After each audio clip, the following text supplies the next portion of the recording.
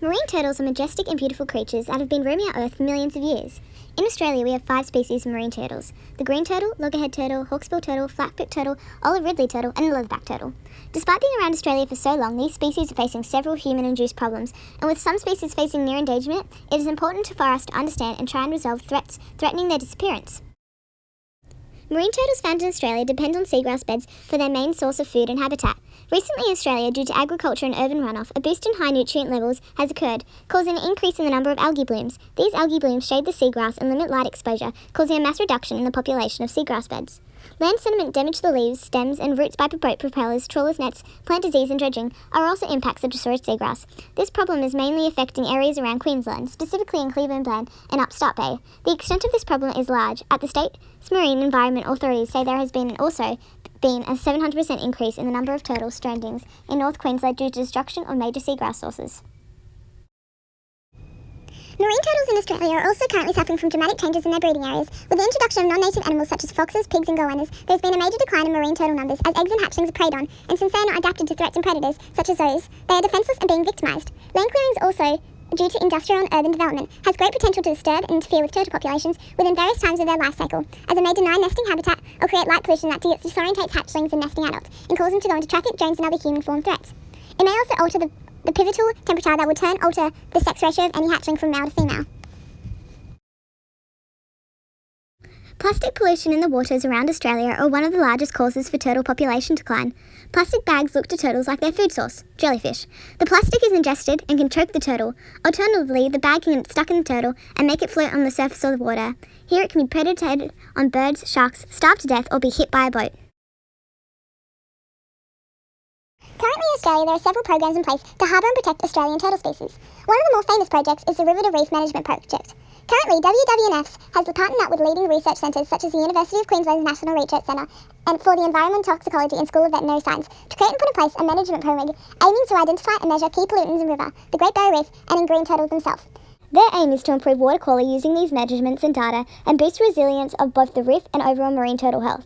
So far, they have come a large deal of success with their research and have found a number of various issues that they have been working to fix. One of the key issues was identified by Associate Professor Gause, who states, "We found chemicals associated with industry and agriculture in the blood of turtles from both Upstart Bay and Cleveland Bay.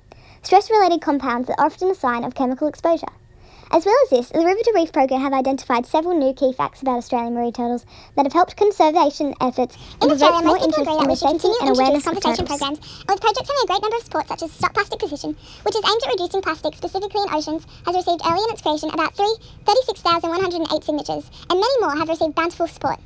Mark Reed, a marine turtle activist, is quite worried about that all this support is not enough and more needs to be done in Australia. He states in an interview with 60 Minutes about Rain Island, "In 30 years' time, we may not be able to have this conversation with turtles nesting all around us, so our children might not be able to see these animals in the world. To me, that's quite a travesty. I would want my kids to appreciate sea turtles."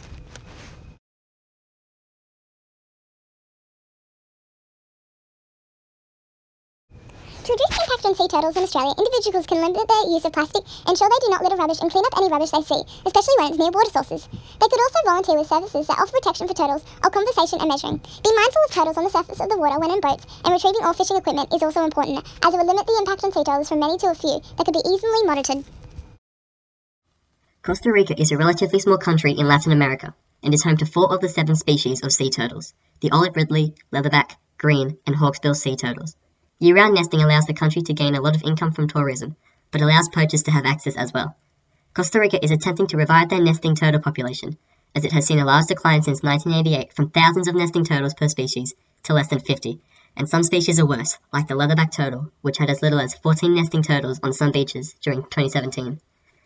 The culture of Costa Rica differs largely from the rest of the world. There, sea turtles are killed and eaten, and the eggs are collected and sold as a delicacy. The Caribbean Conservation Corporation, along with co-plaintiffs, introduced a law in 1998 to prevent the killing of sea turtles, as it was shown the populations were failing. Not everyone agreed with this law, as many were outraged. Poachers began harvesting turtles for their meat and eggs and began selling them to the public at cheap prices. Most Western cultures see poaching as a horrible act, especially towards endangered sea turtles. Organizations that operate in Costa Rica agree that the poaching needs to stop, and have set up conservation and sponsoring for turtles to raise money, protect, and collect data on the populations. Poaching is still illegal, but many wish to have the law lifted. as the culture of Costa Rica is centered around the beach and having a history of eating turtles and their eggs. Since poaching was made illegal, its rate has increased and is not slowing.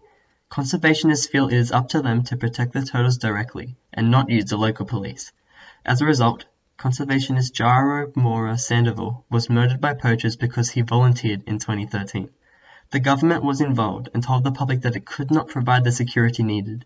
Volunteer rates dropped 90% in the year following as a result. To improve sustainability, centers could be set up that farm turtles and eggs for human consumption, as it is important to the culture of Costa Rica.